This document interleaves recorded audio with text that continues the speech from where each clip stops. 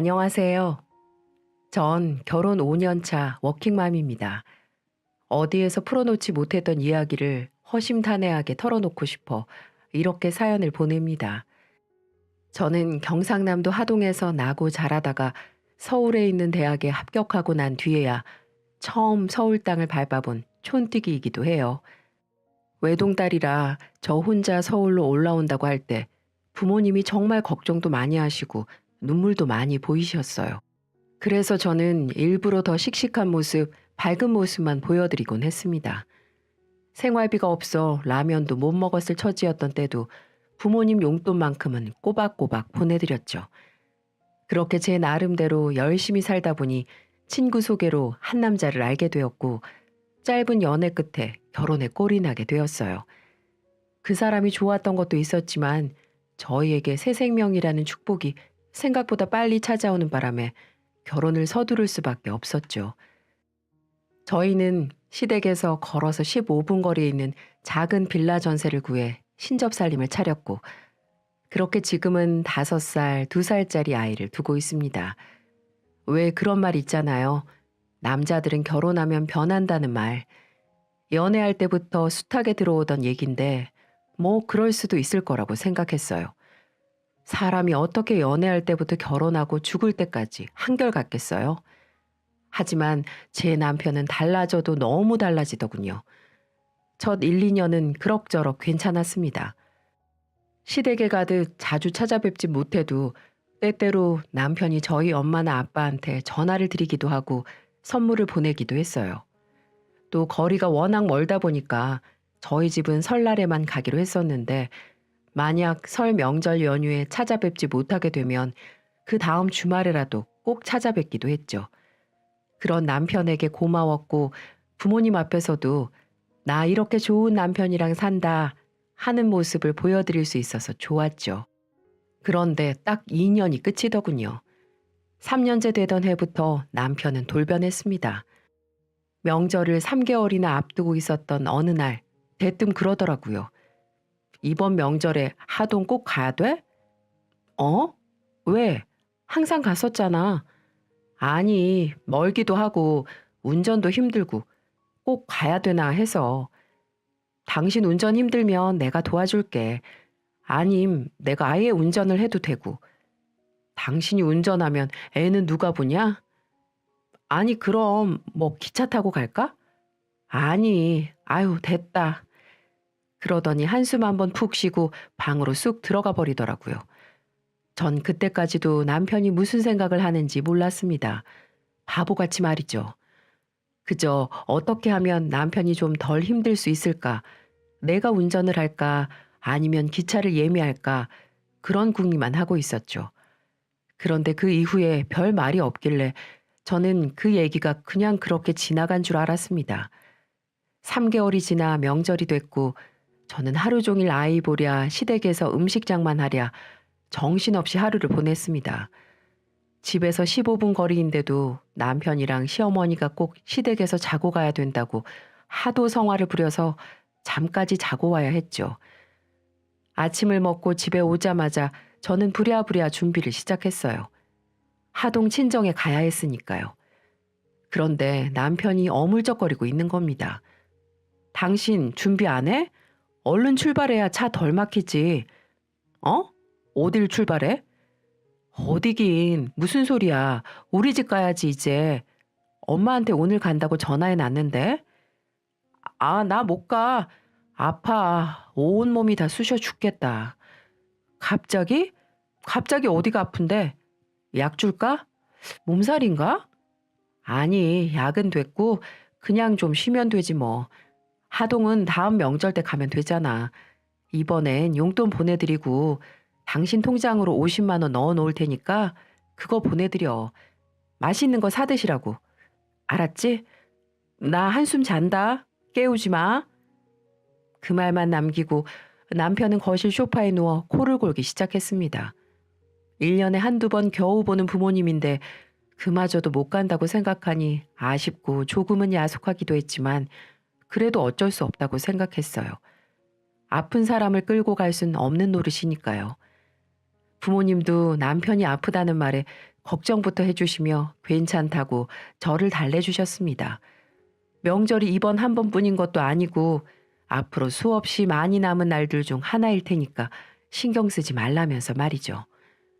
그런데 생각지도 못한 일이 벌어졌습니다.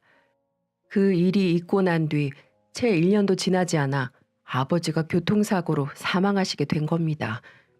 새벽에 엉엉 울고 계신 엄마의 전화를 받은 뒤 저는 정말 정신없이 하동으로 향했습니다. 남편을 깨울 겨를도 없었고 아이들을 맡길 겨를도 없었어요. 그저 빨리 엄마한테 가야 한다는 생각뿐이었죠. 그렇게 한참 운전을 하고 하동에 도착해 갈 때쯤 남편한테서 전화가 오더군요. 잠에서 깬 모양이었어요. 당신 어디야? 차도 안 보이고. 여보, 여보. 저는 울먹이느라 말도 제대로 하지 못했죠. 왜 그래? 무슨 일인데? 아빠가 돌아가셨대. 그래서 나 지금 하동 가고 있어. 지금 거의 다 왔어. 어떡해? 우리 아빠 어떡해?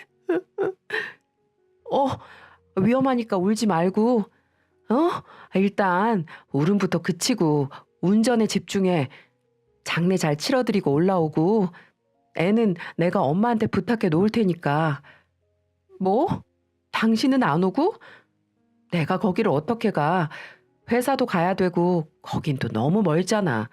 언제 갔다가 언제 오냐? 아무리 그래도 우리 아빠가 돌아가셨다니까? 상주 노릇은 해야 될 거 아니야. 우리 집 아들도 없는데 회사에 얘기하면 휴가 주잖아. 휴가 내고 내려오면 되지. 아유, 우리 요즘 프로젝트 때문에 아주 정신이 하나도 없어. 나빠지면 진행이 안 돼. 그 당신 사촌 동생들 있잖아. 그 동생들한테 상주 좀 하라고 그래. 뭐 장례식 상주 누가 하든 돌아가신 분이 다시 살아나는 것도 아니고. 장모님 잘 위로해드리고, 알았지? 나 출근한다. 이따 퇴근하고 연락할게. 남편은 그 말만 남기고 전화를 끊어버렸습니다. 참 어이가 없더군요. 처음엔 설마 했어요. 아무리 그래도 사위인데 설마 진짜 안 올까? 그리고 장례식이 끝나고 발인이 이루어지는 그날까지도 남편은 코빼기도 비추지 않았습니다. 친척 어르신들이 제 남편을 찾으실 때면 저는 회사에서 못 내려가게 해서 같이 못 왔어요. 죄송합니다. 그 사람이 회사에서 워낙 중요한 역할을 하고 있다 보니 오래 자리 비우기가 힘든가 봐요. 하면서 둘러대기 바빴죠. 어른들은 제 눈치를 보며 별 말씀 안 하긴 하셨지만 다들 속으로는 욕하셨을 거예요. 그렇게 3일장을 치르고 아빠 묘까지 만들어드린 뒤 엄마를 두고 올라오려니 정말 어찌나 마음이 안 놓이던지요. 그 일을 겪으며 분하기도 하고 속상하기도 해서 서울에 올라오며 눈물로 다짐했습니다. 이 가슴 시린 아픔을 꼭 되돌려 주겠다고요. 언젠가 반드시 복수하고 말겠다고 말입니다. 그 후 저는 예상치 못하게 둘째를 가지게 되었고 새해가 밝으며 명절이 다가왔어요. 아빠가 돌아가시고 맞는 첫 명절이라 그 어느 때보다 신경이 많이 쓰였어요. 엄마 혼자 계실 걸 생각하면 마음이 아프기도 했고요. 그래서 남편에게 특별히 부탁을 했죠. 여보, 우리 이번에는 꼭 하동에 내려가자. 엄마 혼자 계시는 거 신경 쓰이기도 하고 자식이라고 나밖에 없는데 나라도 가봐야지. 어? 아, 뭐 일단 엄마 집 갔다가 컨디션 좀 보고. 아니 컨디션을 보고 말고 할 게 뭐 있어? 자기가 운전하기 힘들면 내가 운전할게. 그냥 같이 가기만 해줘. 어? 아빠 장례식 때도 자기 안 왔잖아. 이번에라도 엄마 얼굴 보고 해야지. 아유 몰라. 아무튼 컨디션 보고 괜찮으면 가고 아님 뭐 어쩔 수 없고.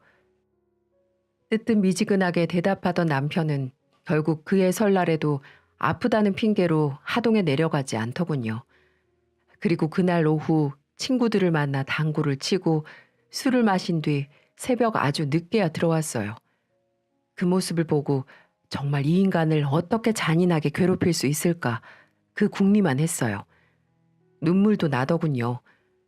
고작 이런 인간이 내 남편이라는 게 너무 서글프고 부모님께도 죄송해서요. 또 이런 사람이 과연 우리 아이들에게 좋은 아빠가 되어줄 수는 있을까, 이런 두려움이 컸던 것 같아요. 그 일이 있은 후로 저는 복수의 타이밍만 보고 있었습니다. 어떻게든 제가 입은 마음의 상처를 되돌려주고 싶었죠. 그리고 그 복수의 타이밍은 생각보다 좀 더 빠른 시점에 찾아왔어요. 바로 작년 설날이었죠. 다들 기억하실 거예요. 작년 설은 목, 금, 토, 일 연휴가 4일이라 휴가를 하루 이틀만 붙였으면 거의 일주일을 쉴 수 있었던 황금 연휴였죠. 남편이 그 다음 주 월, 화요일 휴가를 냈다길래 웬일로 정신 차렸나 보네. 올해는 하동에 가려나 보다 하고 있었어요. 그쯤 엄마가 하루에도 몇 번씩 전화를 하셔서 마침 마음이 쓰이던 참이었거든요. 이번 설에는 내려오니? 내려가야지 엄마. 벌써 2년이나 못 갔는데. 그래, 이번엔 꼭 박서방도 데리고 애들도 데리고 와. 엄마가 보고 싶어서 그래. 무슨 일 있어? 아니, 그냥 내가 살면 뭐 얼마나 더 살겠니? 네 아빠 생각하면 그런 생각도 들고. 그러니까 꼭 와. 알겠지? 다 같이 와야 돼. 꼭. 이렇게 신신당부를 하신 엄마 말씀도 있고 해서 남편한테도 몇 번이나 얘기를 했었어요. 이번 설엔 하동에 꼭 내려가야 돼. 엄마가 당신도 데리고 꼭 오라고 몇 번이나 전화하셨어. 느낌이 이상해서 그래. 이번엔 진짜 꼭 같이 가자.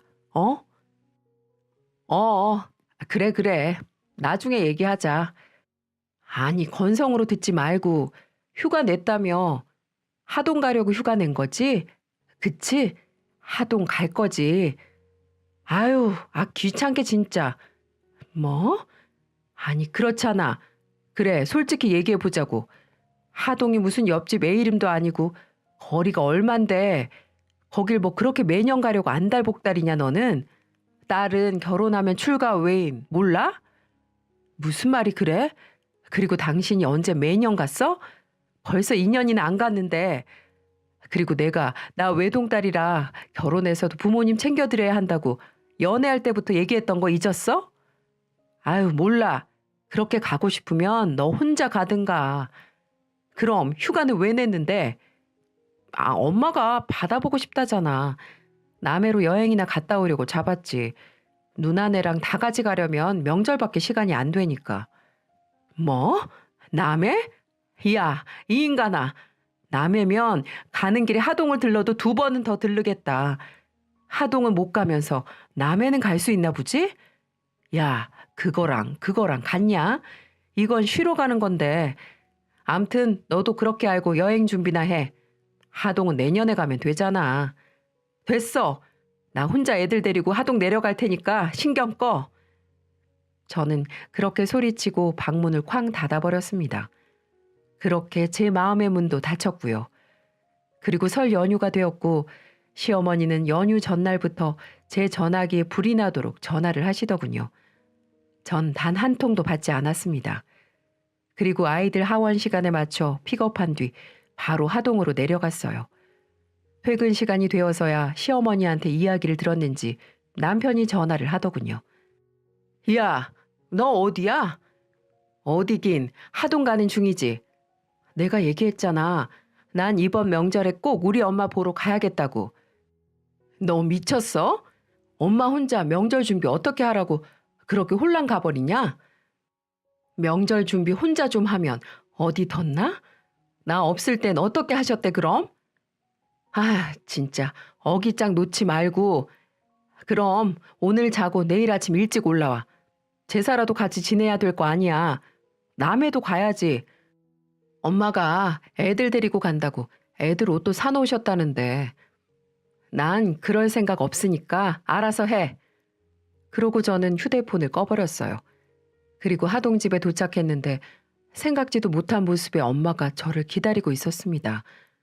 못 본 사이에 몸은 빼빼 마르고 안색은 칙칙해져 있었어요. 눈에는 황달기가 있는지 흰자가 노란빛을 띠고 있었고요. 전 깜짝 놀라 엄마를 붙잡고 물었습니다. 엄마, 어디 아파? 무슨 일 있어? 아니, 꼴이 이게 뭐야? 왜 너랑 애들만 왔어? 박서방은 오랜만에 박서방 보고 싶었는데. 아니, 이게 어떻게 된 거냐니까? 말 좀 해봐, 엄마. 제가 울며 불며 큰 소리를 치자 그제서야 엄마는 모든 사실을 말씀해 주셨습니다.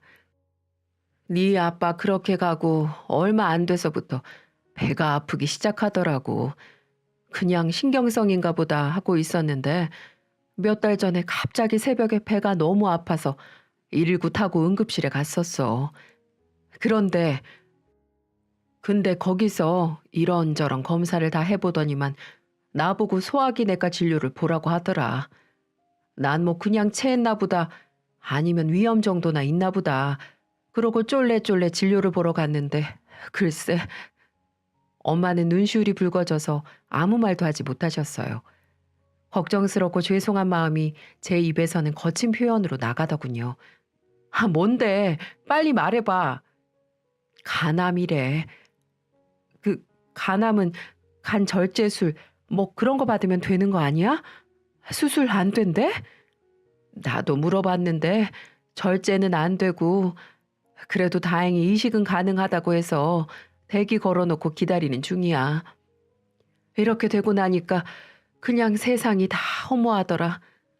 내가 니들 볼 날이 얼마나 남았을까 싶기도 하고 네 아빠가 이런 꼴 안 보고 떠난 게 차라리 다행인 건가 싶기도 하고.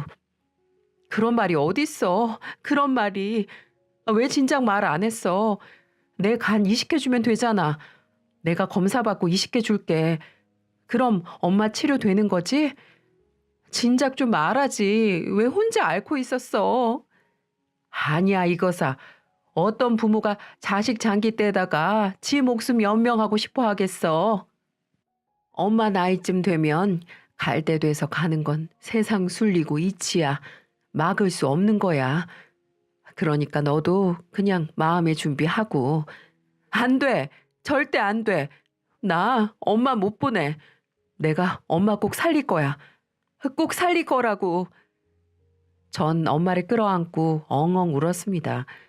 제가 울자 옆에 있던 저희 아이들도 덩달아 울기 시작했고 제 어깨 역시 축축하게 젖어들었습니다. 엄마 역시 울고 계셨을 터였죠. 그렇게 한참을 울고 나서 오랜만에 엄마 옆에 누워 잠을 자니 꼭 어린 시절로 돌아간 것 같아 괜스레 좋더라고요. 그런데 다음 날 아침부터 사달이 났습니다. 제가 전화를 받지 않으니 남편이 엄마한테 전화를 한 거였어요. 영문을 모르시던 엄마는 저에게 전화를 바꿔줬고 남편은 노발대발하며 소리쳤죠. 야, 너 언제 올 거야? 내가 아침 일찍 올라오랬잖아. 엄마 기다리시는데 뭐 하는 거야? 우리 엄마 암이래. 아니 그게 뭐? 너 언제 오냐니까? 그 소리를 듣자마자 오만정이 다 떨어지면서 화가 머리 끝까지 나더군요. 그래서 처음으로 악을 질렀습니다. 뭐? 그게 뭐? 그게 할 소리야 지금? 난 그지 같은 집구석에 돌아갈 생각 없으니까 니들끼리 알아서 해. 난 내 엄마 지키면서 하동에 살 테니까 잘난 니들은 니들끼리 알아서 여행을 가든 저승길을 가든 알아서 하라고. 그러자 시어머니가 전화를 뺏어서는 한 소리 하더군요. 아니 애미야. 넌 시집 왔으면 이제 우리 집안 사람이다. 왜 그걸 몰라? 며느리가 됐으면 이 집에 발붙이고 나 죽었다 하고 살아야지. 이게 무슨 경우니? 빨리 와서 명절 음식 차려라. 그래야 네 신우도 와서 편하게 먹고 쉴 거 아니야. 명절 음식? 그거 그 잘난 그쪽 딸이 하면 되죠. 그쪽 딸은 손이 없어요? 발이 없어요? 뭐? 얘 말하는 싸가지 좀 봐라 아주. 네, 싸가지 없는 저는 그쪽 아들이랑 이혼하고 빠져들일 테니까 그 잘난 아드님이랑 명절 음식을 해서 쳐 드시든 사다 드시든 알아서 하세요. 얘 좀 봐. 너 미쳤니? 돌았어? 아니 명절 몇 번 못 챙긴 게 뭐 그렇게 큰 죄라고. 내 아들을 이혼남 만들려고 들어? 굳이 거리도 먼데 명절 쇠겠다고 하동까지 가는 네가 이상한 거지. 길 가는 사람들을 붙잡고 물어봐라. 원래 그렇게 멀리 살면 전화 한 통 드리고 용돈만 좀 보내드리면 부모들은 다 이해해. 원래 그런 거야. 근데 왜 그렇게 유난히 너는?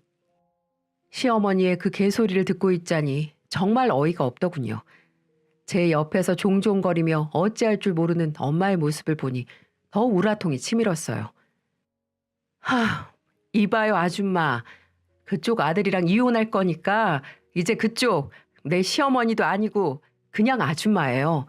맞죠? 내가 진짜 진심으로 충고 한마디 하겠는데 그쪽이랑 그쪽 아들 그따위로 살았다간 버텨낼 여자 아무도 없어. 지금 시대가 어느 시대인데 며느리 도리만 강요를 해. 사위는 자식도 아니야? 장인이 돌아가셔도 장모가 아파서 죽어가도 얼굴도 내비치지 않는 주제에 어디서 큰 소리야 큰 소리가. 이혼 서류 보낼 테니까 그렇게 알고 두 번 다시 전화하지 마세요. 제가 전화를 끊자 엄마는 옆에서 눈물을 흘리셨습니다. 아이고, 나 때문에 내가 내 딸 인생을 이렇게 망치는구나. 내가 괜히 불러서, 내가 괜한 말을 해서. 아니야, 엄마. 왜 그렇게 생각해?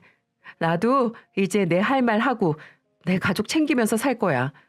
엄마 이렇게 혼자 버려두고 못 살아, 나. 나랑 같이 올라가서 치료도 받고 검사도 받고 또 이식도 받고 그렇게 오래오래 살아서 우리 애들 학교 가는 것도 보고 결혼하는 것도 봐야지. 어? 전 엄마에게 아이들을 잠시 맡겨두고 서울로 올라갔어요. 단판을 짓기 위해서였죠. 이혼 서류를 뽑아들고 시댁으로 향하니 다들 매서운 눈으로 저를 노려보고 있었습니다. 마치 기다리고 있었다는 듯이 말이죠. 그리고는 시어머니가 딱 한마디 하더군요. 꿇어. 네? 뭐라고 하셨어요? 꿇으라고.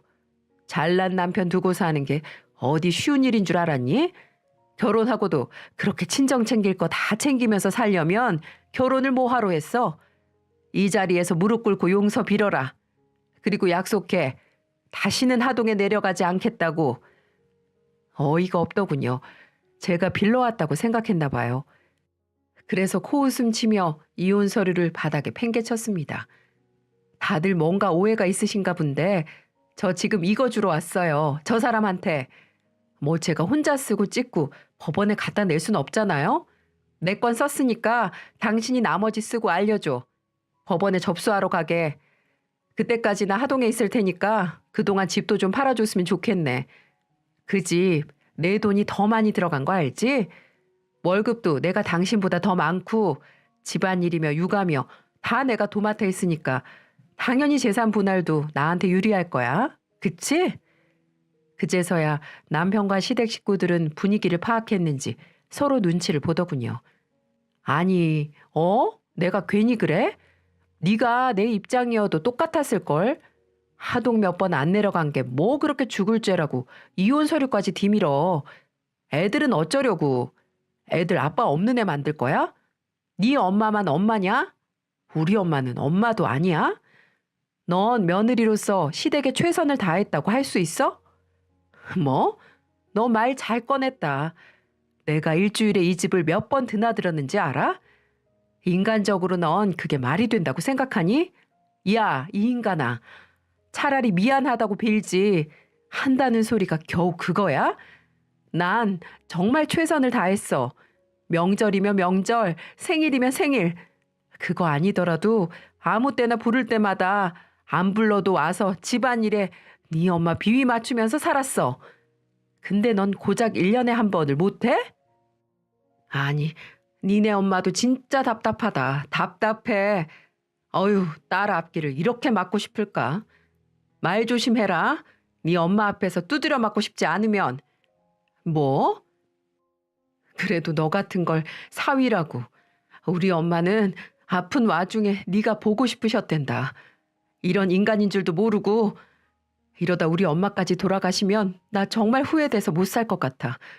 그러니까 이혼해. 나 엄마라도 챙기면서 살아야겠어.